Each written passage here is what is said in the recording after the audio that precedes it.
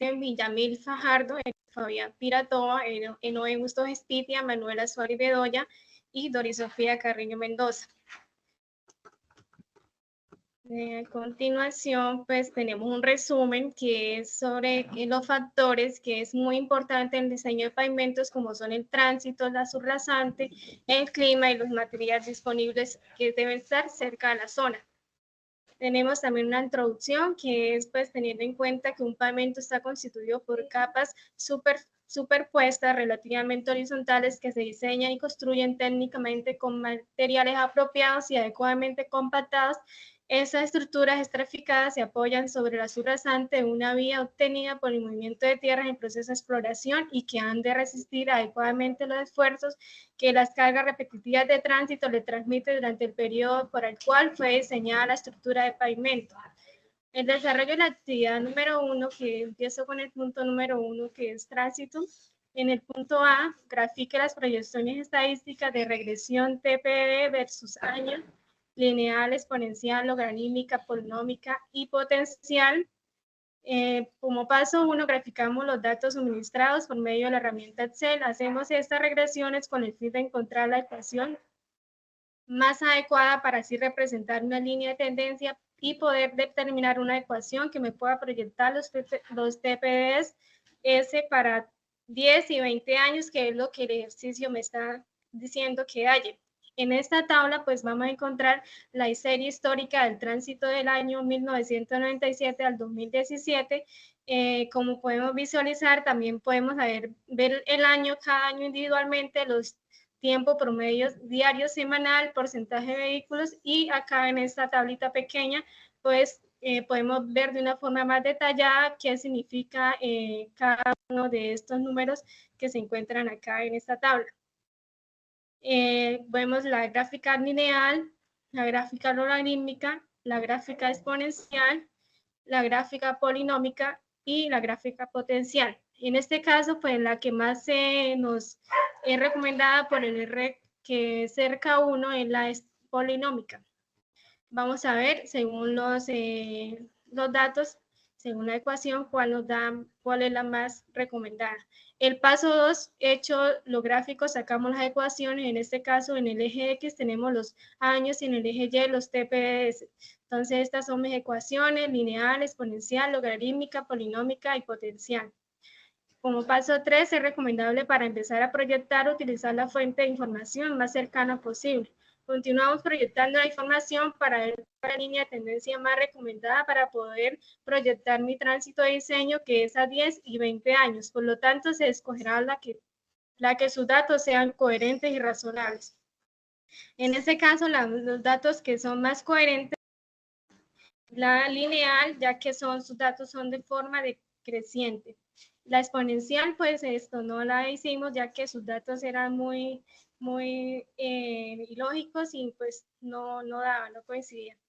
Entonces, paso 4, escoger la línea más recomendada. En nuestro caso, la línea más recomendada, como lo dije anteriormente, es la línea lineal. Punto B.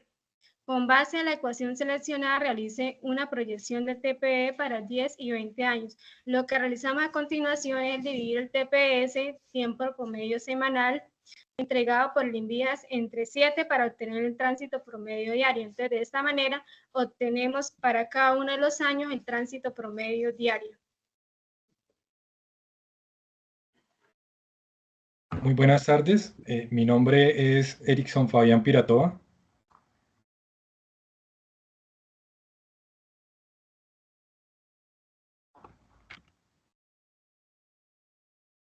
Ya está compartiendo, ¿sí? Sí, ya está compartiendo. Buenas tardes. Listo. En cuanto al punto C, la actividad nos pide que tomemos como referencia los resultados anteriormente mencionados y de esta manera hay que determinar los porcentajes vehiculares de acuerdo al tipo de buses, camiones consignados en la serie de tiempo. Para este punto inicialmente pues nos vamos a referir a la página del INVIAS y de esta manera vamos a ubicar la vía a la cual estamos haciendo el análisis. En este caso la vía es la que comprende el tramo entre Sáchica e El Infierno Luego de eso, seleccionamos pues como tal la vía que nos corresponde, que es la 679. Luego de esto, debemos discriminar el porcentaje de camiones para cada categoría con el fin de realizar los cálculos correspondientes y nos encontramos con los siguientes datos. Aquí ocurre una particularidad que, digamos, si nos remitimos a la imagen como tal del link del Invías, el conteo de camiones que aparece es erróneo. Entonces, nos vamos a referir al conteo que se hizo en el año 2017. Luego de eso realizamos la discriminación para cada categoría de los camiones en cuanto a C3, C4, C5, C6 y C7. De esta manera determinamos los porcentajes de tránsito promedio, discriminado como mencioné anteriormente por cada tipo de vehículo, en cuanto a autos, buses y camiones. Como repito, esto se hizo de acuerdo a la discriminación que el Invías nos da mediante esta información. De esta manera, vamos a determinar el tránsito promedio para los 10 años y para los 20 años.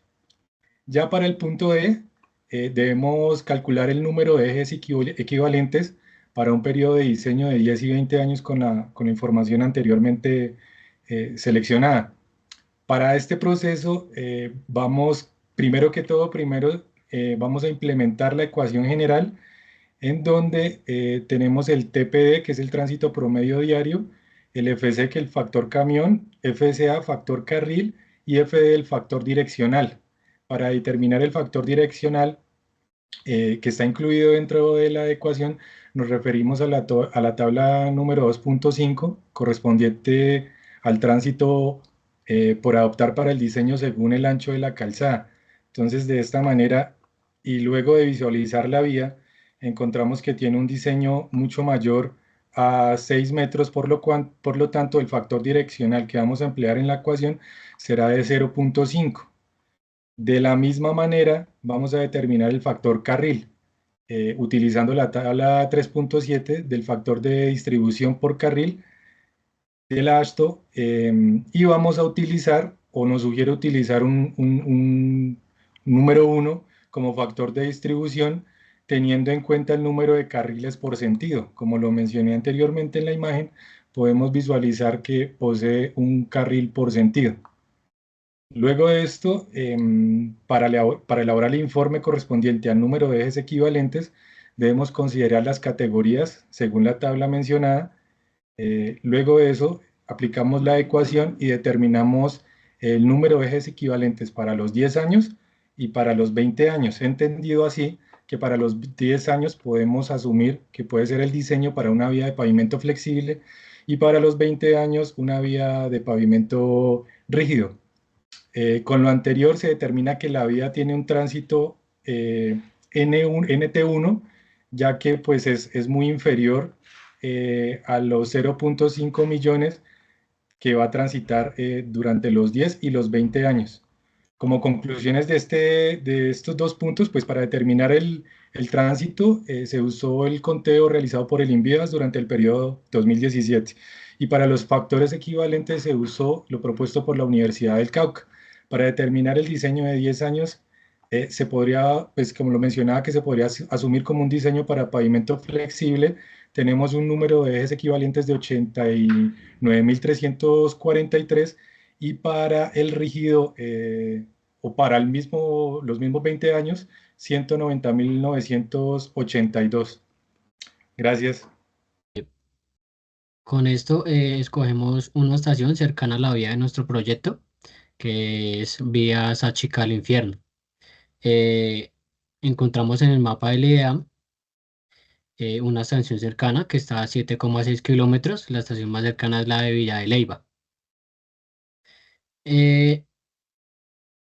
Después nos dirigimos al mapa suministrado, en donde encontramos la ubicación exacta de la estación, que es cerca a la ciudad de Tunja. Según las convenciones, es de las ciudades principales y Villa de Leyva está cerca a Tunja. Eso nos dice que es una, una región que es seca. Después de ello, nos dirigimos a realizar el análisis de la temperatura media anual. Entonces, para ello tenemos ciertos pasos.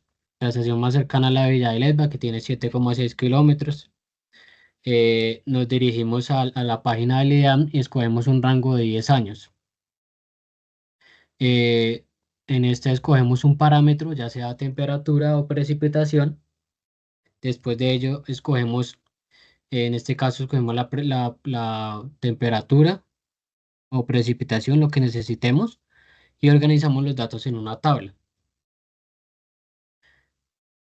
Esa es la tabla de temperatura. Entonces, después de bajar los datos,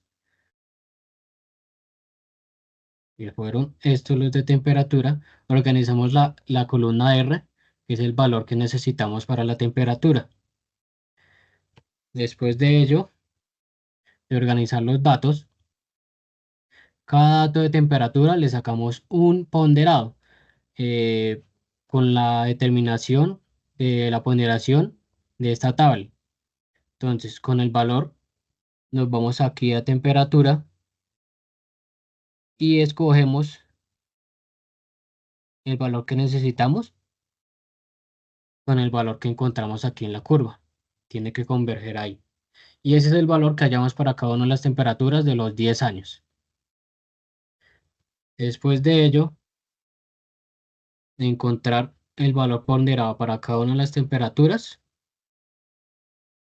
realizamos la suma de las temperaturas, la suma de los ponderados y aquí la suma de los ponderados y los dividimos en la cantidad de datos que tenemos ponderados.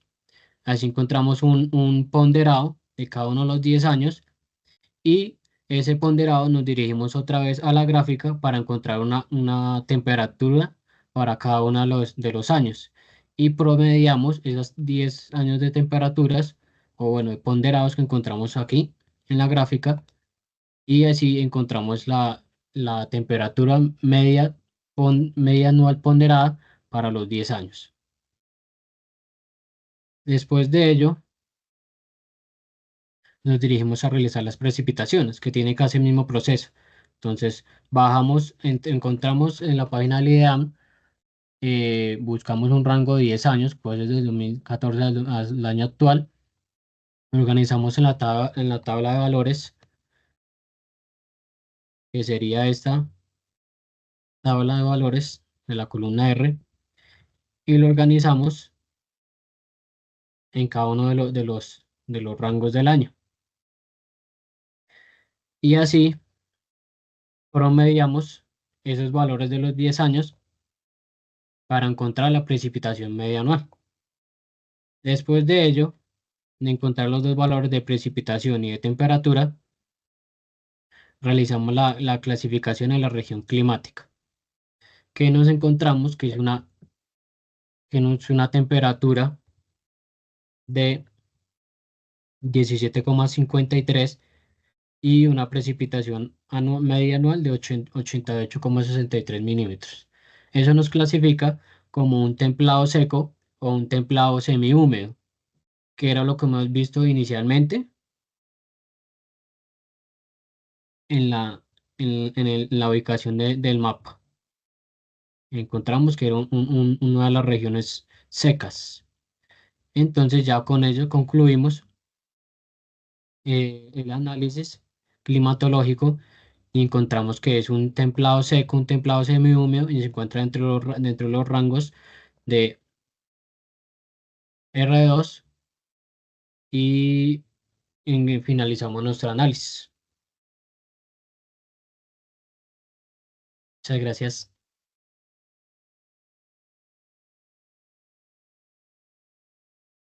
Buenas tardes, mi nombre es Manuela Suárez y soy la que va a continuar con la presentación. Para el punto 3 nos piden el plan de exploración del suelo.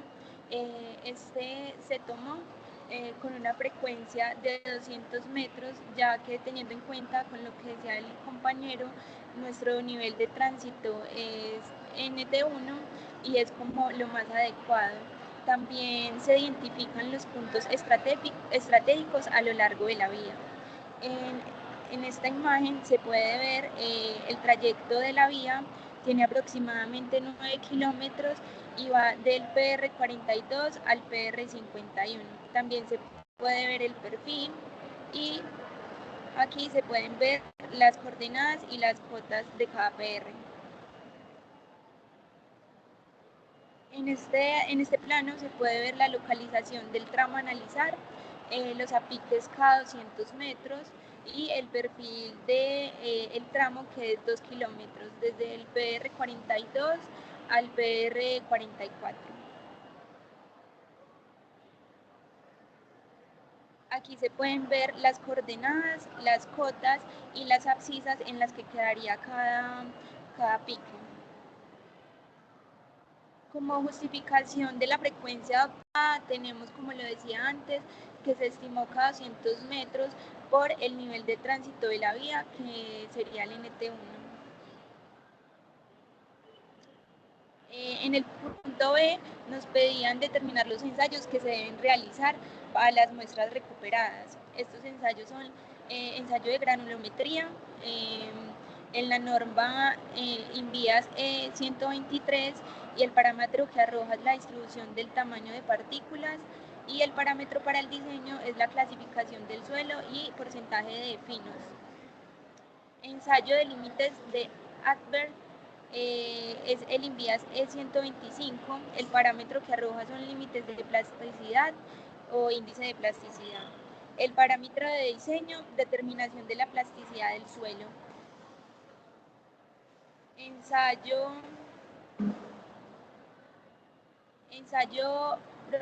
Proctor estándar, la norma INVIAS E141 o la E142.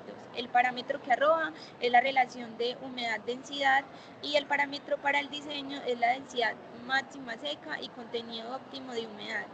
El ensayo CBR, la norma es el INVIAS E148, el parámetro que arroja es la CBR, y el parámetro de diseño es la capacidad portante del suelo. Ensayo de corte directo o triaxial, es la norma utilizada, es la del INVIAS E154 o la E190. El parámetro que arroja es la resistencia al corte o cohesión y ángulo de flexión, y el parámetro para el diseño es la estabilidad del suelo bajo cargas. Ensayo de compactación es la norma INVIAS E141, el parámetro que arroja la relación entre la densidad seca máxima y el contenido del agua, y el parámetro para el diseño es la densidad del suelo en sitio. En el punto C nos pedían indicar si la subrasante es un tipo de suelo problemático. Como estos, podemos decir que los suelos con altos índices de plasticidad son propensos a cambios de volumen significativos con la variación de humedad, lo que puede causar deformaciones en la vía. También la presencia de sulfatos puede causar problemas de expansión al relacionar con materiales de estabilización como la cal. En el punto D nos pedían establecer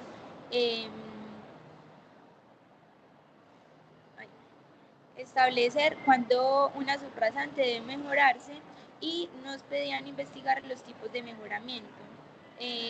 Una subrasante debe mejorarse cuando los ensayos indican que el suelo tiene una capacidad portante insuficiente, es demasiado plástico o muestra otros comportamientos problemáticos. Los tipos de mejoramiento pueden ser la estabilización química, la mezcla de sólidos granulares, drenaje, compactación o geotextiles o geomallas como listo.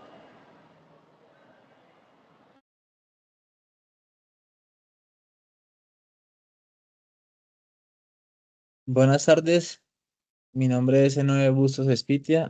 A continuación les pondré de presente el punto número 4, que tiene que ver con el tema de materiales en cuanto a nivel de tránsito estimado, según pide en el punto A, donde también nos solicita que se especifique los parámetros técnicos que deben cumplir estos materiales de la estructura del pavimento en el punto pues que se investigó.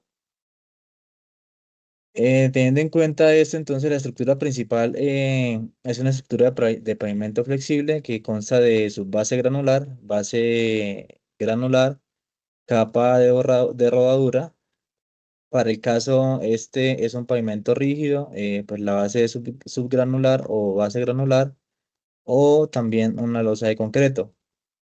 Cada uno de estos materiales deben cumplir una característica y especificaciones que más adelante se, se mostrará en la tabla 320, teniendo en cuenta las especificaciones dispuestas por Invías en Colombia.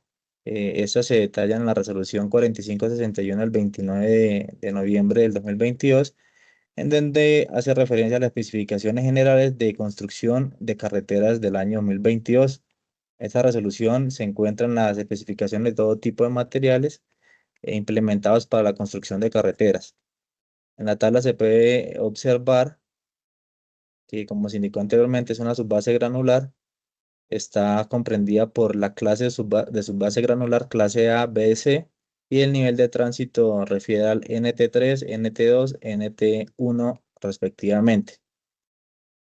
En la tabla número 15 se indica los usos de diferentes clases de subbase. Allí podemos observar que presenta unas características de dureza, durabilidad, limpieza, resistencia del material. Igualmente indica la norma de ensayo de Invías. En subbase granular aparecen unos ítems, como se indicó en la tabla número 320, la clase A, clase B, clase C, y nos indica pues unas descripciones de cada una de las características mencionadas con anterioridad. De la misma manera, en la tabla 16 se logra apreciar el requisito de los agregados para esta subbase. Teniendo en cuenta que para ese nivel de tráfico NT1, la clase que se debe utilizar es la clase C, la cual se diferencia de la clase B en propiedad de dureza asociada a la degradación por abrasión, la granulometría. Esa se asocia a la categoría del material granular, que deben cumplir las franjas granulométricas específicamente en la tabla que se demuestra a continuación. Se puede observar el tamiz en milímetros. En ella se describe el tipo de gradación. Igualmente se describe el SBG 50 como una nota para que pasa en el tamiz en porcentaje. Igualmente la tolerancia en producción sobre la fórmula de trabajo. Seguidamente, en la tabla 13 nos habla de la franja granulométrica del material. Esta cuenta como una subbase estabilizada con mezcla asfáltica natural. Tenemos en cuenta que o que esa se empleará, este material no es importante, pues en la categoría de tránsito, pues este material debe cumplir con las siguientes características. En la tabla 321-2 aparecen los requisitos de los agregados petros por estabilizar. Igualmente nos indica sobre una característica de dureza, agregado grueso, de durabilidad, de limpieza y de capacidad de soporte. Esas están contenidas en las normas de ensayo de Invías, como se describe en la tabla, como se puede observar en la tabla.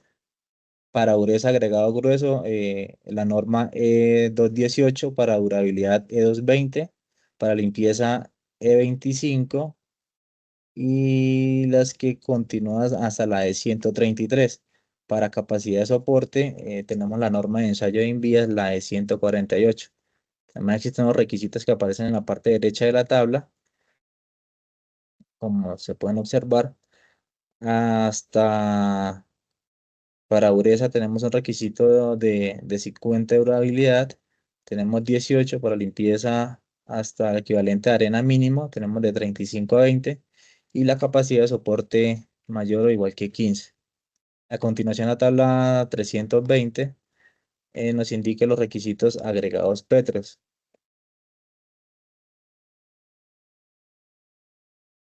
Esta tabla nos describe la franja granulométrica de los agregados combinados para la construcción de capas de sus bases estabilizadas con una mezcla asfáltica natural. Nos indica el tipo de mezcla,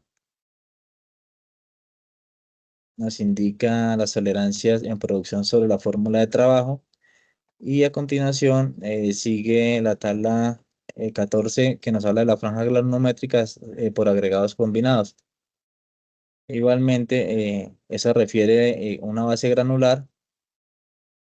También consta de 3 clases, la clase A, B y C, y refiere al nivel de tránsito en N3, NT3, NT2 y NT1. Para la tabla de uso típico de las diferentes clases de base granular, que es la tabla número 15, nos especifica los requisitos de los agregados para estas bases granulares.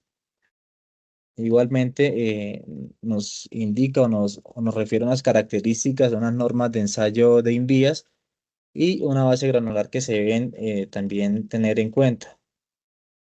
En esa tabla se especifica lo que se requiere en las normas de invías. Y por último, refiere una tabla 16, que es de los requisitos de los agregados para bases granulares.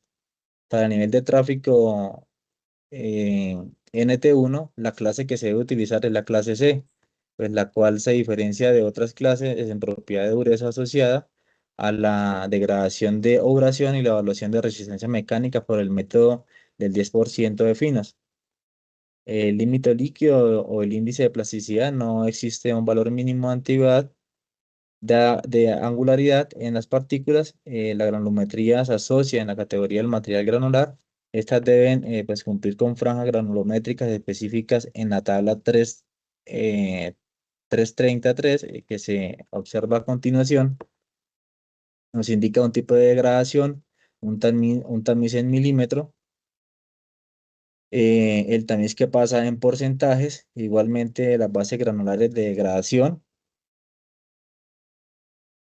Nos hablan de un BG40, un BG27, las bases granulares de degradación fina del BG38 al BG25 y la tolerancia pues se mide en porcentaje.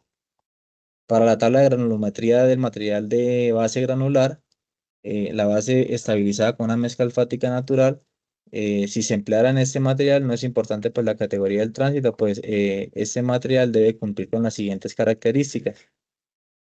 Las características se indican en la tabla 341.2, son los requisitos de agregados de petros a estabilizar. Igualmente, como en las tablas anteriores, nos pide unas características de dureza, durabilidad, limpieza y capacidad de soporte. Estas también soportadas en normas de ensayo de Linvías y también presentan un tipo de requisitos.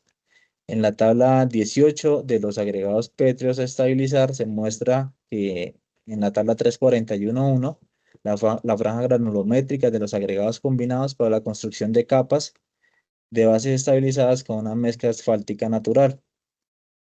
Aquí se muestra también la presentación en tipos de mezcla, el número de medición en milímetros. Y continuamos con la tabla 19 que nos habla de las franjas granulométricas de los agregados combinados para la construcción de capas de bases alfáticas con una mezcla alfáltica natural. Seguidamente se explica el concreto asfáltico en la tabla 410. Nos habla solamente de la característica de asfalto original. Se evidencia una norma de ensayos de INVIA de la 706 a la 724, igual la norma de ensayos 716 o la 717 o la NTC 5117 o la 2017. Se observa también el grado de penetración de 40 a 50 como máximo y de 60 a 70 como máximo y de 80 a 100 como máximo. Ahí podemos observar la penetración, el punto de ablandamiento, el índice de penetración, la viscosidad en 60 grados centígrados y viscosidad a 135 grados centígrados. La tabla 20 en especificaciones del cemento asfáltico, podemos observar las características que se debe tener en cuenta de ductilidad, solubilidad, contenido de agua, contenido de parafinas, punto de inflamación mediante capa abierta de Cleveland y igualmente refieren una norma de ensayos y los grados de penetración que se deben tener en cuenta. Del asfalto residual, luego la prueba de acondicionamiento en película delgada rotatoria, según la norma de ensayo 720 del INVIAS. Siguiendo a esto, la tabla 21 en cementos asfálticos, como el cemento hidráulico, se describe la tabla 500-1, que nos habla de la granulometría en el agregado grueso en las losas del concreto hidráulico. Igualmente, se hacen unas referencias según INVIAS, como un tipo de gradación, el tamiz utilizado en milímetros y la fracción o las pulgadas que se utilizan para ese tipo de cemento. La tabla 22, la granulometría en el agregado grueso. La tabla 500-2, que son los requisitos del agregado grueso en las losas de concreto hidráulico. Igualmente presenta unas características, unas normas de ensayo y unos requisitos que se deben tener en cuenta para, para ese tipo de cemento. En la tabla 23, el requisito del agregado grueso, igualmente la tabla 508, 500-8 nos habla de los criterios de diseño para la mezcla de concreto en pavimentos de concreto hidráulico. Se tiene en cuenta un módulo de rotura de 28 días. Se tiene en cuenta el tránsito NT1, NT2, NT3 y la norma de ensayo del INVIAS 414 y la NTC 2871. Igual que se debe tener en cuenta un valor sugerido. En la tabla 24, para los criterios de diseño de la mezcla de concreto en pavimentos de concreto hidráulico, pues la principal característica diferenciadora para los tres niveles de tránsito es el valor del módulo de la rotura. Para el nivel es de 3.8 MPa. En cuanto al punto B, nos indica pues que se investigue qué debe cumplir la fuente de material desde el punto de vista ambiental con el fin de poder utilizar en un proyecto de construcción para una estructura de pavimento. Se observó que pues, en la guía de materiales para construcción sostenible del año 2022 se recomienda que los materiales empleados para este tipo de construcción deben ser o deben tener en cuenta unos criterios. El primer criterio es la minimización de impacto ambiental.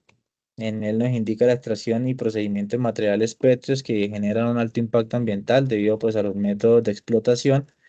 Igualmente el reciclaje y la reutilización. En ese se promueve pues, el uso de residuos de construcción y demolición como sustitutos de los insumos convencionales.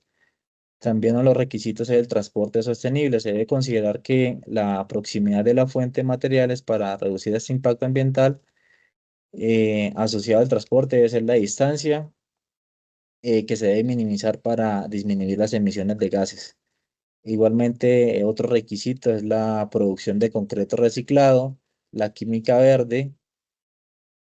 Y en el punto C nos solicita que se consulten cuáles son las posibles fuentes de material y plantas de producción de mezclas, tanto hidráulicas como asfálticas, cercanas al proyecto seleccionado ya referido por los compañeros. Eh, a través de la ilustración de Google Maps, se logró establecer que las plantas o algunas de las plantas cercanas al proyecto se encuentran en el municipio de Siachoque. La cantera de agregados El Triángulo, el nombre de razón social. En la planta de asfalto y concreto en el municipio de Motavita, el departamento de Boyacá. Y igualmente en el municipio de Sáchica tenemos una planta ubicada cerca del proyecto. Para finalizar, como conclusiones, se debe asegurar la vida útil pues, de una carretera. Es necesario cumplir con requisitos técnicos en todos los aspectos que involucran su diseño. los materiales de construcción están incluidos y por eso INVIAS en Colombia establece unos requisitos mínimos que ya se refirieron anteriormente, pues para asegurar que esos materiales cumplan con las solicitaciones a las cuales van a ser sometidos.